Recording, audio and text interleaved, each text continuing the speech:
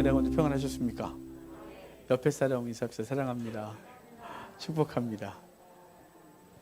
네. 제목이 있습니다. 제목 같이 읽겠습니다. 너는 나를 누구라 하느냐. 아멘. 오늘 본문은요, 예수님께서 가이사랴 빌립보, 요즘 성경은 빌립보 가이사랴라고 되어 있어요. 근데 저희는 입에 예전에 개역 성경을 오랫동안 읽어서 가이사랴 빌립보가 입에 뱄는데 요즘은 빌립보 가이사랴로 번역했어요. 나중에 이유는 설명드릴게요. 그곳에 가서 예수님께서 제자들에게 너희는 나를 누구라 하느냐, 사람들은 나를 누구라 하느냐, 너는 나를 누구라 하느냐, 이렇게 질문하셨어요. 그것에 대한 답을 주고 있는데 이 말씀을 통해서 우리는 예수님을 누구라고 고백하고 있지? 내게 예수님은 어떤 분인지를 생각해 보는 시간 됐으면 좋겠습니다. 이 장소가 어디죠? 어디냐고 물어야 되는데 어디죠? 그렇습니다. 자, 13절 다시 한번 읽어볼까요? 예수께서 빌립보 가이사랴 지방에 이르러 제자들에게 물어 이르시되 사람들이 인자를 누구라 하느냐. 아멘. 여기 예수님께서 빌립보 가이사랴에 이르렀대요. 왜 예전에 가이사랴 빌립보라고 했냐면 우리나라 주소 쓰는 거하고 미국에서 주소 쓰는 법이 다르잖아요. 우리는 서울시, 강남구, 청담동 이렇게 쓰잖아요. 근데 걔네는 거꾸로 쓰잖아요. 그러니까 영어 번역도 이렇게 빌립보 가이사랴 빌립보예요. 그런데 큰 데가 빌립보고 가이사랴가 작아요. 그런데 가이사랴는 빌립보 지방이라고 되어 있지만 사실은 빌립보 지방이 아니고 빌립이라는 사람이 만든 도시 가이사랴예요. 그러니까 빌립이 다스리는 영지. 예수님 당시에 헤롯이 많죠. 헤롯이 되게 많아요. 헤롯 대왕이 있고, 그다음에 세례요한 죽였던 헤롯도 있고, 사도행전 가면 야고보 죽인 헤롯도 있고. 그런데요, 이 사람들이 똑같은 헤롯이 아니고 할아버지, 아버지, 아들, 손자 이렇게 되는 여럿이에요. 이름이 각각 다른데 헤롯이 죽고 나서 나라를 세 개로 가르죠. 분봉왕 제도를 쓰잖아요. 예루살렘과 사마리아 지역은 아켈라오가 담당하고 헤롯 아켈라오라 그래요. 요단강 건너 땅은 헤롯 안디바가 다스려요. 그리고 갈릴리 지역 위쪽은 빌립이 다스리거든요. 그러니까 빌립이 다스리는 영지가 바로 오늘 본문에 나오는 곳이에요. 갈릴리에서 한 40km 정도 올라가면 있는 곳인데 헬몬산 바로 아래예요. 헬몬산 지금 분쟁 지역이거든요. 한쪽은 레바논, 한쪽은 시리아, 한쪽은 이스라엘. 지뢰지대도 있고 여전히 그래요. 백두산보다 조금 높은 산이거든요. 근데 그 아래에 있는 동네가 가이사랴 빌립보인 거예요. 빌립이 도시를 만들어요. 수도를. 그리고 황제 가이사에게 바쳐서 빌립이 만든 지역, 빌립의 영지에 있는 가이사랴라는 곳인데 왜 그러면 빌립보 가이사랴를 했냐면 이스라엘의 로마 총독부가 있었던 곳이 해안가에 있었던 가이사랴예요. 그래서 총독부가 있는 가이사랴와 빌립의 영지에 있는 가이사랴를 구분하려고 가이사랴 빌립보 가이사랴 그러는 것이에요. 그러니까 황제를 위해서 바친 도시니까 대단하겠죠. 황제 이름이 쓰여지는 도시는 반드시 황제 숭배를 해야 됐고요. 도시가 화려해야 됐어요. 저기 촌동네에다가 황제 이름 붙이면 황제가 기분 나쁠 것 아니겠어요. 제가 강원도 철원인데 강원도 철원군 갈마르 문해리라는 곳인데 거기를 강원도 철원 갈마르 가이사랴 그러면 황제가 얼마나 기분 나쁘겠어요. 버스 몇 번 안 다니는 동네에다가 이름 붙여놨으니 가이사랴는 크고 화려했어요. 반드시 황제 숭배했고 그리고 로마가 섬기는 신들을 가득 담아놓은 도시예요. 그곳에 지금 예수님께서 가신 곳이죠. 근데 그곳을 파니아스 이렇게 불러요. 현재 지명이 파니아스인데 거기 아랍 사람들이 지배하고 살았잖아요. 아랍 사람들이 아랍어가 피읍 발음이 없어서 현재는 파니아스 그러는데요. 왜 그렇게 파니아스 그러냐면 그 신이 그 동네에 누굴 섬겼냐면 그리스 로마 신화에 판신이라고 있어요. 이 판이 별 얘기를 다 한다는데 판이 어떻게 생겼냐면요. 몸뚱아리는 사람인데요. 대가리가 염소예요. 그러니까 염소의 뿔을 갖고 있는 염소신. 그러니까 목축의 신을 판이라 그래요. 이 판을 섬겼던 곳인데 이 판은 목축의 신이니까 당연히 목축을 잘하게 하겠죠. 그래서 목축을 도와주고 풍요로움을 주는 신이에요. 그 판신을 섬기던 장소가 파니아스 이렇게 되어져요. 라틴어로 판은 또 모든이라는 뜻을 갖고 있어요. 여러분 로마에 가면 베드로 성당 있잖아요. 그 베드로 성당 앞에 바로 앞에 콘크리트로 만든 신전이 있어요. 굉장히 오래된 신전인데 철근 하나도 안 된 되게 오래된 신전이에요. 그런데 그 신전을 판테온 그래요. 모든 신들을 모신 신전이죠. 그러니까 여기도 그러니까 판신을 섬기는 뿐만 아니라 모든 신상들이 다 있었어요. 그래서 지금도 거길 가보면 그 신상을 섬기던 장소들이라서 어마어마해요. 그 신들이 가득 있는 곳, 그 로마의 신, 그리스 신 가득하고 황제까지 섬기던 그곳, 신들이 쫙 둘러서 있는 그 장소에 가서 예수님이 묻는 거예요. 사람들이 나를 누구라고 하느냐, 이렇게 묻는 거죠. 자, 지금 느낌이 오셨어요? 사람들은 누굴 신으라 그래요? 황제를 신으라 그래요. 판을 주로 섬겼어요. 거기다가 그리스에는 모든 신, 그래서 그 장소를 올갓 그랬어요. 모든 신들을 가놓던 곳이라고. 구약에서는 그 장소가 원래 라이스였는데 단지파가 자기네 너무 힘드니까 블레셋에서 힘들어서 그냥 새로운 땅을 찾아서 가서 정착한 땅이 그곳인데, 그래서 그 땅을 단이라고 그랬어요. 단지파가. 근데 단지파가 올라가면서 우상 숭배를 시작하죠. 그래서 하나님은 이 단지파를 빼버리는 정도로, 이 요한계시록에서 단지파는 14만 4천에 들어가지 못한 것으로 아예 말하는 곳이었어요. 그러니까 그곳은 구약에서부터 신약이 이르기까지 모든 신들을 섬기던 곳, 모든 신이 가득한 곳, 바로 베델에서 그 북이스라엘이 갈라져서도 베델과 단에다가 송아지를 섬겼고, 그러니까 온통 모든 신들은 거기 있었던 곳. 그래서 그 우상 숭배가 버글버글한 곳에서 주님이 지금 묻고 있는 거예요. 사람들이 나를 누구라고 하느냐, 이렇게 묻고 있는 거죠. 여러분, 지금 이 땅은 온갖 신들이 가득한 거 아시죠? 돈이란 신, 성공이란 신, 사람들의 판단이란 신, 이 신 앞에서 우리는 굉장히 헷갈려요. 돈이 최고의 가치를 갖고 있고요, 사람들의 평가가 또 신이에요. 그래서 그 평가 때문에 자기를 죽여요. 사람들이 나를 어떻게 평가하냐에 따라서 자기가 결정된다고 생각하는 거죠. 그러니까 그 모든 신들이 있는데 그 신 앞에서 우리는 예수님을 누구라고 고백하느냐, 이게 중요한 질문인 거예요. 그래서 이곳에서 첫 번째 질문이 사람들이 나를 누구라고 하느냐라고 물었잖아요. 그에 대한 대답을 제자들이 해주죠. 자, 사람들이 예수님을 누구라고 생각하는지 볼까요? 14절입니다. 같이 읽겠습니다. 이르되 더러는 세례 요한, 어떤 이는 예레미야나 선지자 중에 하나라 하더이다. 자, 지금 몇몇을 얘기하거든요. 사람들이 나를 누구라고 하니 이렇게 물었어요. 원래 유대인의 교육 방식이 질문과 답을 통해서 계속 끄집어내고 뭘 모르는지 뭘 아는지를 알게 하거든요. 지금도 그 교육법은 유대인들의 교육법 중에 하나예요. 주님은 제자들에게 아주 일반적인 얘기를 묻고 있는 거죠. 편하게 대답할 얘기, 책만 안 들을 얘기. 사람들이 나를 누구라고 하니? 그랬더니 제자들이 이런저런 얘기를 하는 거예요. 더러는 세례 요한, 더러는 엘리야, 더러는 예레미야 중 선지자 중에 하나라고 합니다. 이렇게 말해요. 자, 그러면 왜 세례 요한이라고 했냐면요, 세례 요한은 예수님이 초기 사역 때 세례 요한은 목 잘려 죽었어요. 목베임을 당하고 죽었는데 그 예수님이 활동과 다니니까 세례 요한을 죽인 요단강 건너편 다스리고 있었던 헤롯 안디바가, 야, 우리가 죽이지 않았어? 너 다시 살아난 거야? 그래서 세례 요한이 다시 살아난 줄 생각할 정도였어요. 그래서 사람들이 세례 요한의 부활이라고 생각했었고, 또 하나는 엘리야라고 그러잖아요. 엘리야는 왜 엘리야냐면 예수님이 기적을 베풀고 이런 것뿐만 아니라 말라기서 맨 마지막, 구약의 맨 마지막 부분에 엘리야가 먼저 와서 메시아 길을 예비할 거라는 거죠. 주의 길을 예비할 사람이 엘리야라는 거예요. 그런데 성경에 보면 엘리야가 이미 왔다 그러면서 바로 세례 요한이 엘리야라고 그러고, 예수님이 누군가요? 메시아인데 사람들은 메시아의 앞길을 예비하는 엘리야라고 예수님을 말하는 거예요. 그러니까 예수님을 메시아로 보지 않는 거죠. 예수님을 뭐로 보는 거예요? 예수님이 그러니까 메시아가 올 길을 예비하는 존재 정도로 보고 있는 거죠. 세례 요한 바로 그런 사람이었어요. 세례 요한, 엘리야 또는 예레미야, 이렇게 말해요. 예레미야 왜 그랬을까 싶으면, 예레미야는요, 예레미야가 활동할 때 나라가 망할 때였잖아요.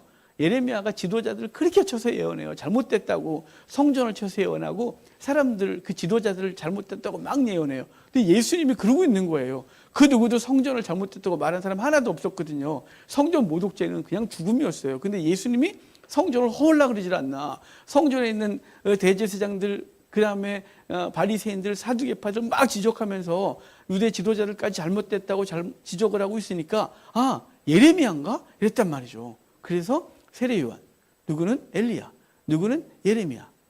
아니, 그냥 다른 선지자 중에 하나일 수도 있어 라고 해서 선지자로 말하는 거예요. 그러니까 사람들의 평가는 예수님을 메시아로 보지 않는 거죠. 사람들의 평가는 예수님을 뭐로 보냐면 선지자로 보는 거예요. 선지자는 그냥 능력을 행하고 자기들의 앞길을 예비하고 그 다음에 자기들이 수가 틀리면 죽일 수 있는 존재가 아니겠어요? 그래서 선지자 중에 하나입니다. 이렇게 평가를 하고 있는 거죠.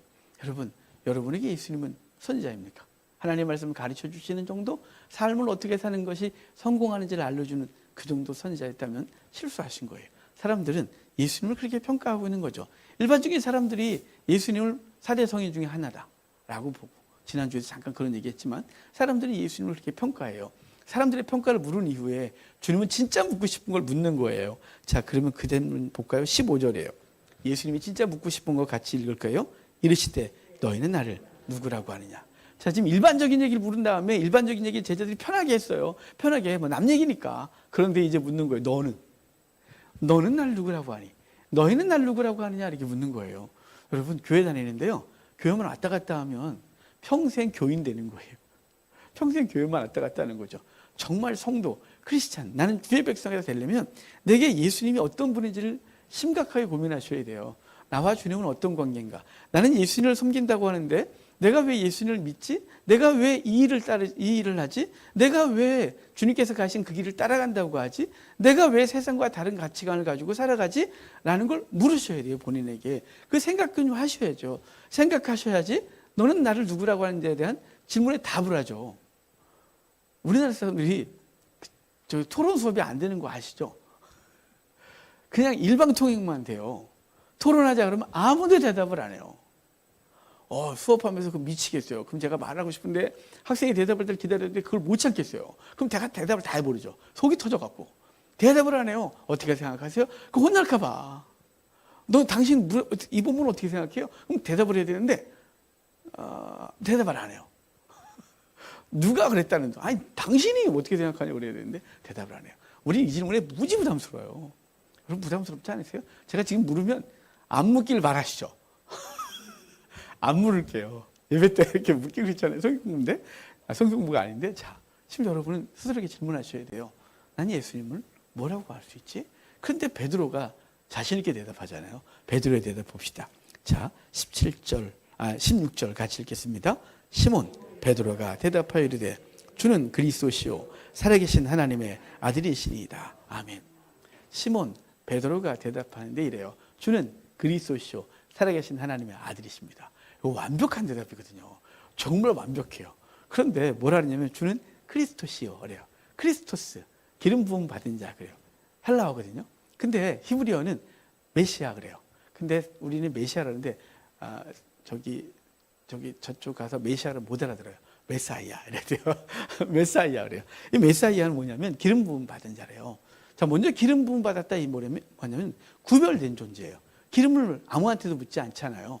기름을 부어서 구별해요. 근데 구별된 존재가 구약에 셋이 있었어요. 하나는 왕, 하나는 선지자, 하나는 제사장이죠. 자, 근데 사람들은 대부분 예수님을 어떻게 기름 부음 받은 자로 생각하냐면 왕으로 생각하는 거죠. 왜냐하면 예수님을 따르면서 정치적인 어떤 욕구를 이루고 그 자기들이 원하는 것을 이루고 새로운 나라를 만들고 싶은 욕구 때문에 예수님을 따르는 거예요. 왕, 선지자, 제사장. 그러니까 그리스도입니다라고 하는 건 기름 부음 받았다. 주님께서 당신을 기름 부어 구별했다라고 하는 것이고 이게 메시아예요. 그러니까 베드로는 주님을 메시아라고 고백하는 거죠. 다른 사람들은 뭐라고 고백했어요? 선지자 중에 하나라고 합니다. 그런데 베드로는 그리스도입니다. 이렇게 말하는 거죠. 거기다 하나 덧붙여요. 하나님의 아들이십니다. 살아계신 하나님의 아들 그래요. 여러분 이것도 엄청난 사건이에요. 지금 제가 이 장소 얘기했죠. 이 장소를 다 보여드리고 싶은데 시간이 그렇잖아요. 이 판신전 앞에서 올갓 앞에서 당시 로마 황제가 신이라고 섬김받는 그 앞에서 묻는 거예요. 너희는 사람들을 누구라고 하니? 그랬다가 너네는 날 누구라고 하니? 근데 베드로가 당당하게 당신이 메시아입니다. 당신이 살아계신 하나님의 아들이십니다. 이렇게 말하는 거예요. 자, 살아계신 하나님의 아들이 목숨 걸고 해야 되는 건데 당시 살아계신 신의 아들. 신의 아들은 황제밖에 없었어요. 신의 아들, 제우스의 아들이 황제였거든요. 그러니까 내가 신의 아들이지 감히 누가 내 자리를 넘보는 거라고 하는 거죠. 근데 베드로가 말하는 거예요. 당신은 우리를 구원할 구세주이시고 살아계신 하나님의 아들입니다. 로마식으로 헬라식으로 말하면 제우스의 아들입니다. 이렇게 말하고 있는 거죠. 목숨 걸고 하는 얘기예요. 여러분, 예수님께서는 이 살아계신 하나님의 아들로서 우리를 구원하실 분이라는 고백이 우리 속에 분명하셔야 돼요. 난 예수님을 왜 믿나? 그럴 때 예수님 나의 구세주기 때문에 믿는데요. 근데 이 구세주라는 고백이 삶 속에서 드러나야 돼요. 교회 안에서 예수님은 그리스도세요. 예수님은 하나님의 아들이세요. 이거 다 하잖아요. 이 고백 1616이에요. 마태복음 1616은 다 알아요. 주는 그리스도시요 살아계신 하나님의 아들이십니다. 이건 너무 많이 하는 얘기예요. 그런데 이게 우리의 삶의 현장에서 고백되어져야 되죠. 저는 그리스도입니다 라고 하는 게 뭐라고요? 구세주입니다. 내 삶에서 나를 구원하시리가 당신입니다. 이 재정적인 문제에서 나를 구원하시리가 당신입니다. 인간관계 속에 복잡하고 골치 아프고 너무 아픈데 이 관계 속에서 나를 구원하시리가 당신입니다. 믿지 않는 나의 배우자를 구원하시리가 당신이십니다. 라고 고백해야 되는 거죠. 이 질병에서 구원하시리가 당신이십니다. 이게 당신은 메시아입니다라는 고백인 거예요. 그런데 이 고백을 세처만 하는 거죠. 아주 멋있는 말로 저는 그리스도시요 살아계신 하나님의 아들이십니다. 외워. 그런데 외우는데 삶의 현장에선 주님은 그리스도가 아닌 거예요. 여러분 바라기는 여러분의 삶의 현장에서 수단과 방법을 좀 내려놓고 주님이 나의 구세주십니다 라는 고백 앞에서 주님이 원하시는 방법대로 그 일들을 진행하십시오. 주님이 원하시는 방법대로 돈을 버시고 주님이 원하시는 방법대로 관계를 해결하시고 주님이 원하시는 방법대로 박해하고 나 있는 가족이 있다면 그 핍박하는 가족이 있다면 그 핍박하는 가족을 섬기고 그래서 그분이 주께서 그를 구원하시기를 기도하십시오. 그것이 주는 그리스도시요라고 하는 고백이에요. 살아계신 하나님의 아들이다 라고 하는 고백 또한 그분이 우리를 어디로요? 저 천상으로 인도하실 분이라는 사실 믿는 것이죠. 우리 이 땅 가운데 발을 딛고 살지만 땅을 딛고 살지만 우리는 하늘에 앉힌 바 된 존재예요. 그래서 하늘에 계신 하나님 아버지가 이 땅에 아들이 오셔서 그 그리스도로서 우리를 구원하셨는데 우리 일상의 삶에서 그 모든 것에서 구원하시는 분임을 고백해야 되는 것이죠. 여러분 교회는 주님이 세우시는 거예요. 종종 사람이 세운다고 생각하는 경향이 있거든요. 여러분 하립교회를 주님이 세우셨어요. 예, 제가 개척했죠. 정말 개척했어요. 개척할 때 힘들었지만 과정에도 많은 힘든 것과 아픔이 있었지만 주님이 교회를 세우시고 진행하시고 완성하시는 거예요. 근데 이 교회는 건물이 아닌 거 아시죠? 이거는 교회가 아니에요. 이걸 성전 이렇게 말하면 안 돼요. 우리는 근데 이게 너무 익숙해져 있죠. 이건 예배 당일 뿐이에요. 여러분이 있기 때문에 이것은 성전인 거예요. 성전은 우리의 심령을 성전이라고 그랬고 두세 사람, 주의 백성 두세 사람이 모이면 그곳이 성전인 거죠. 저 들판이 성전일 수 있고요. 여러분의 집이 성전일 수 있고 오늘 침상에서 예배하는 우리 권사님도 그곳이 성전이고 그리고 코로나 때문에 못 온 우리 집사님의 가정이 성전이고 일상의 삶에서 일하면서 현장에서 일하면서 틀어놓고 하나님을 예배하면 그것도 성전인 것이죠. 건물이에요. 이건. 그러니까 교회는 주님이 세우시고 건물이 교회가 아니라 주의 백성들이죠. 그러면 이 공동체를 세우는 이가 누구냐면 주님이신 거예요. 그래서 사람의 영향력이 아니라 하나님의 강권적인 역사로 교회가 세워지고 교회가 유지되며 하나님의 거룩한 일들을 감당해내는 것이죠. 교회는 주님께서 여기 열쇠를 줬는데요. 이거 읽고 했어야 돼요. 17절부터 19절까지 같이 읽고서 이 전체를 좀 얘기해 봅시다. 17절부터 19절에 같이 읽겠습니다. 예수께서 대답하여 이르시되 바요나 시몬아 내가 복이 있도다. 이를 내게 알게 하니는 혈육이 아니요 하늘에 계신 내 아버지시니라. 또 내가 내게 이르노니 너는 베드로라. 내가 이 반석 위에 내 교회를 세우리니 음부의 권세가 이기지 못하리라. 내가 천국 열쇠를 내게 주리니 내가 땅에서 무엇인지 매면 하늘에서도 매일 것이요 내가 땅에서 무엇인지 풀면 하늘에서도 풀리리라. 아멘. 여기 주님께서 시몬아 바요나 시몬아 내가 복이 있다 이렇게 말해요. 바요나 시몬아 그러잖아요. 시몬은 원래 베드로의 이름이에요. 베드로가 예수님을 처음 만난 장면이 요한복음 1장에 나오거든요. 그 동생 안드레가 먼저 예수님 만났고 안드레가 형에게 가서 형 베드로를 데리고 와요. 예수님을 만나게 하거든요. 예수님 만났을 때 예수님께서 베드로에게 이렇게 말해요. 시몬아 내가 장차 너를 게바라 이렇게 말해요. 게바 이게 페트로스라는 단어가 똑같아요. 게바는 히브리어고 페트라는 헬라어인데요. 너를 장차 반석이라 하리라 그래요. 시몬은 갈대란 뜻이에요. 그러니까 베드로의 삶은 갈대 같은 존재죠. 사실은 우리의 삶이 그래요.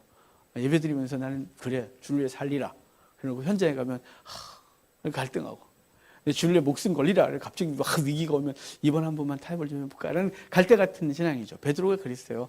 근데 갈대인데 장차 너를 개발하리라. 너를 반사기라 하리라 그래요. 오늘 근데 두 개 다 나왔어요. 바요나 시모나. 바는요. 바요는 요나의 아들이라는 뜻이거든요.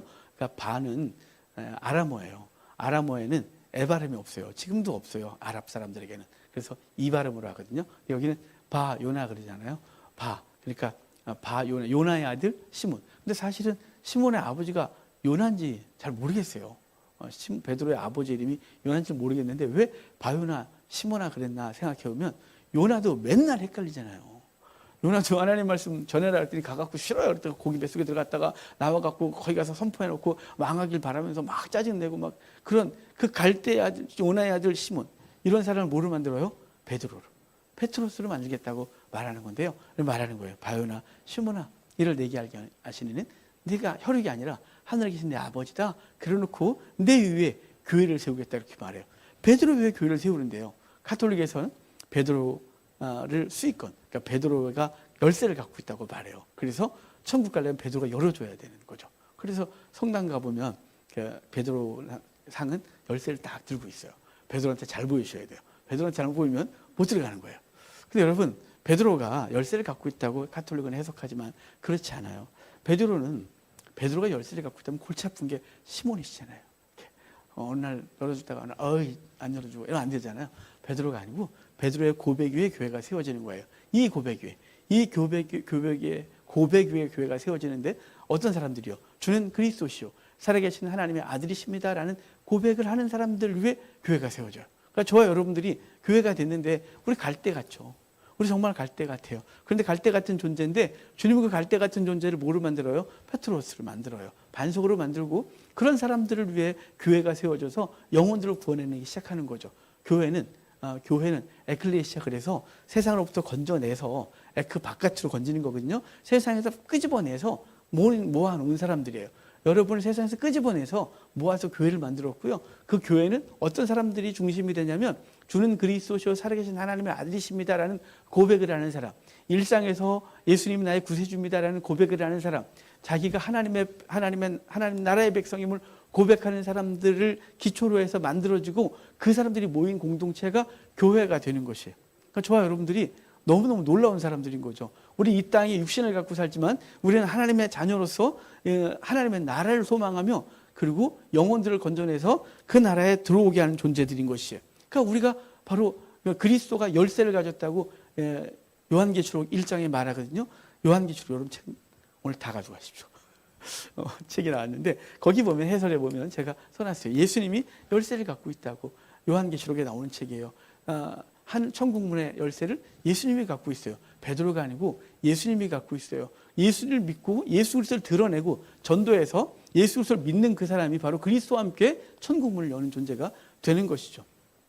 그러니까 교회는 열쇠를 갖고 있는 거예요. 어떤 열쇠요? 예수 그리스도라는 열쇠의 주인을 갖고 있죠. 그래서 우리는 누굴 증거하냐면 내가 열어주는 것이 아니라 그리스도를 전하고 그가 그리스도를 영접하는 순간 그리스도는 그에게 천국문을 열어주는 거죠. 그래서 그 다음에 뭐라 그랬냐면 내가 천국 열쇠를 내게 주노니 내가 땅에서 무엇인지 매면 하늘에서 매이고 땅에서 풀면 하늘에서 풀리래요. 아니 내가 그러는데 누구예요? 교회 아까 베드로가 아니라 이 고백을 하는 사람들이 매면 매이고 풀면 풀린대요. 매는 건 뭐고 푸는 건 뭐냐면 이 장면은 뭐냐면 우리가 가서 그리스도를 드러내서 그 사단에 묶여있는 그들을 건져내는 거예요. 건져내어 푸는 거죠. 그래서 우리가 복음을 증거하는 것을 통해서 풀고 우리가 가만히 있으면 매여 있는 것이에요. 아무것도 하지 않는 것이죠. 그래서 저와 여러분들이 나가서 복음을 증거하는 것을 통해서 그 영혼들의 묶임이 풀려서 천국 백성 되게 하는 것이 우리가 열쇠를 갖고 있다는 것입니다. 그래서 그 이삭의 아내를 보내면서 창세기 24장에 보면 24장 60절에 그 이삭이 아내 리브가가 그 하란에서 올 때 그 오빠들이 그 리브가에게 말하기를 너는 천만인의 어미가 되겠다. 그러면서 대적의 문을 취하겠다 그래요. 그러니까 이삭의 후손 야곱의 후손 이스라엘, 이 영적 이스라엘 우리들이 천만인의 그 대적의 취하는 존재가 된다는 거죠. 여기 보면 음부의 권세가 이기지 못하리라 그랬잖아요. 바로 똑같은 얘기예요. 음부의 권세는 사단의 문이에요. 그 문이 이기지 못한대요. 뭐 하면요? 나가 주의 백성들이 나가 두드리면, 주의 백성들이 나가 그리스도를 드러내면, 그리스도를 받아내는 사람들이, 그 사람들의 집이 열리고 그 사람들이 그리스도인이 되는 것이죠. 저와 여러분들이 열고 닫는 권세가 있는 거예요. 예수 그리스도를 소개하는 권세가 우리 가운데 있는 거죠. 그러면 저와 여러분들이 누군가를 구원하고 싶고 누군가의 삶을 회복시키고 싶으면 우리의 잔재주로 뭘 하는 것이 아니라 그리스도를 전하는 거예요. 그리스도를 전해서 구원하고 그리스도가 어떤 분인지를 계속 얘기를 해줘서 그 절망한 사람들이 그곳에 일어나야 되는 거죠. 예수 믿는 사람들도 때로 절망해요. 예수 믿어도 저 바닥에 꼭 까부러져 갖고 죽기를 구하고 힘든 사람들이 있어요. 그들이 아직 누구와 깊은 관계가 없냐면 그리스도와 깊은 관계가 없기 때문에 그리스도가 어떤 분인지에 대해서 누리지 못하고 있기 때문에 그 절망 가운데 있는 거예요. 그래서 그리스도를 전함으로 구원받지 못한 영혼을 구원하고 그리스도를 계속해서 드러내므로 절망 속에 사람들을 살려내고 그리스도가 열쇠이신 거예요. 그리스도가 열쇠인 거죠. 천국문 열쇠 갖고 계신 분이 그리스도인 거예요. 그리스도가 우리의 구원의 문을 그리고 우리의 삶의 문들을 갖고 계신 것을 알고 그 권세를 사용해내는 귀한 은혜가 있기를 바랍니다. 이 고백 위에 교회가 세워진다 그랬잖아요. 이 고백을 하는 사람들 위해 교회가 세워지는데 여러분, 저와 여러분이 삶 속에서 그 고백들을 계속하시기를 바랍니다. 자, 지금 아까 요한복음 1장을 말씀드렸었는데 시몬을 베드로를 만나고 시몬아, 너는 지금 시몬인데 장차 개발하리라 그랬잖아요. 저와 여러분들이 모여서 바로 반석이 되어지고 교회가 이루어지는 줄 믿으시기를 바라요. 그런데 오늘 본문 보면 오늘 다음 주에 좀 보겠지만 오늘 베드로가 어떻게 얘기를 하는지 볼까요? 자, 22절 좀 봐요. 거기 그 다음 오늘 본문에 없는데 다음 절에 예수님께서 이 말을 끝나고 나 예루살렘에 가면 잡혀서 죽고 사흘 만에 부활할 거야. 그랬더니 베드로가 하는 말 잠깐 볼까요? 22절. 베드로가 예수를 붙잡고 항변하여 이르되 주여 그리 마옵소서 이 일이 결코 주께 미치지 아니하리라. 지금 베드로가 여기 붙잡고 항변한다 그러죠. 여기 사실은 원어를 보면 밀쳐내고 이런 뜻이에요. 예수님이 나 가서 죽을 것 같으니 무슨 말하는 거야? 잡아다가 끌어가고 확 밀어. 그러면 안 되지. 이렇다는 거죠. 왜냐하면 지금 베드로는 뭐 했어요? 예수를 왜 따랐어요? 베드로와 그 형제 야고보 요한은 선단, 그 갈릴리에서 배를 이끌고 고기를 잡아서 돈 좀 잘 벌던 사람이었어요. 돈 좀 잘 벌던 사람이었는데 갑자기 예수님이 날 따라 그래갖고 예수님 따랐어요. 3년 동안 이제 3년 반이 다 돼가거든요. 근데 갑자기 주님이 하신다는 말씀이 나 이제 죽어. 아니 그러면 닥쳤던 게 지붕 쳐다보는 거잖아요. 예수님을 통해서 자기들이 한 자리 좀 해보겠다고 했는데 사업도 다 내려놓고 주님 따르는데 갑자기 나 죽어. 그러면 뭔거 해보고. 그래서 베드로가 뭔 소리야 지금 우리 그러다가 안 되지 그랬다는 거죠. 안 되지. 그래서 주님께서 뭐라 하냐면 사단아 너희들로 물러가라. 너는 나를 시험에 들게 한대요. 너희들로 물러가라. 너는 나를 넘어지게 한다 그러거든요. 그 다음 절에 넘어지게 한다가 스칸달론이라는 헬라어인데요. 스칸달론에서 스캔들이 나왔어요. 스캔들. 이게 걸려 넘어지게 한다는 뜻이에요. 그러니까 지금 베드로는 주님께서 시몬이었다가 널 반석이라 하리라. 그랬다 갑자기 걸려 넘어지게 하는 돌이다 니는. 아주 이 스캔들을 일으키는 놈이. 그래서 왔다 갔다 하죠. 베드로는 아직 성령이 임하지 않은 상태라서 정신 하나도 없는 거예요. 그리고 베드로는 자기의 능력으로 고백한 게 아니에요. 그러니까 칭찬을 받았었지만 아까 그랬잖아요. 바요나 시몬아 이를 내게 알게 하니는 혈육이 아니에요. 네 아버지나 누구한테 교육받은 게 아니라 하늘에 계신 내 아버지가 이를 알게 했대요. 바로 예수 그리스도를 아는 이 고백, 예수 그리스도를 믿는 것은 하나님의 선물이었던 거죠. 선물로 베드로에게 줬는데 베드로는 자기가 대단한 줄 알았다가 갑자기 완전 바닥이 나서 사단이 됐다가 정신 하나도 없는 거예요. 여러분 예수 그리스도가 아니면 우리는 아무것도 아니에요. 시몬이고요. 스캔들 일으키는 존재이고요. 하나님 앞에서 정말 하나님을 부끄럽게 하는 존재이지만 베드로가 이 이후에 예수 그리스도가 십자가에 달리시고 그리고 죽으시고 부활하신 이후에 예수님을 3번 부인했던 베드로는 예수 그리스도를 만나고 그 이후로 반석이 되어져요. 성령의 은혜로 반석되는 거예요. 자기 능력이 아니라 믿음도 선물이었고 그가 믿음으로 단단해지는 것도 선물이었고 그 선물 위에 교회가 세워지는 놀라운 은혜가 있는데요. 베드로는 나중에 순교할 때 십자가에 못 박혀 죽임을 당할 때 자기는 거꾸로 박으래요. 내가 어찌 주님과 같이 똑바로 박히냐. 나 거꾸로 박아라서 지금 베드로 성당에 있는 그 자리에서 예수님 십자가에 거꾸로 못 박혀 죽었어요. 갈 때였던 그는 반석이 되었죠. 그 반석 위에 교회가 세워지는 거예요. 저 여러분은 여전히 갈대일 수 있습니다. 그런데 믿음이 선물로 주어지고 그 선물 받아들인 저와 여러분들은 예수 그리스도를 믿는 반석 같은 존재되어 이제 우리 주변 사람들을 그 반석 위에 세우는 거죠. 그래서 마태복음 7장을 보면 모래 위에 세운 집은 무너지지만 반석 위에 지은 집은 무너지지 않는다는데 그게 교회의 수동적인 교회의 능력이에요. 그 반석 위에 세운 교회, 그의 말씀의 가르침 위에 세워진 교회, 그의 가르침 위에 세워진 교회들이 되어짐으로 흔들리지 않는 존재 되어야 되겠죠. 이 시대가 교회를 핍박하고 교회를 비난하고 그래요. 사실은 그것에 욕을 먹는 이유는 다 우리가 잘못해서 그래요. 세상 속에서 그리스도를 살지 못하고 교회 내에서 믿음의 고백을 하고 집에 돌아가는 순간 성도 아닌 삶을 살았기 때문에 세상이 우리를 비난하고 비아냥거리는 거예요. 우리의 선교지는 가정이거든요. 가정 살리기 위해서는 최선을 다하셔야 돼요. 우리 선교지거든요.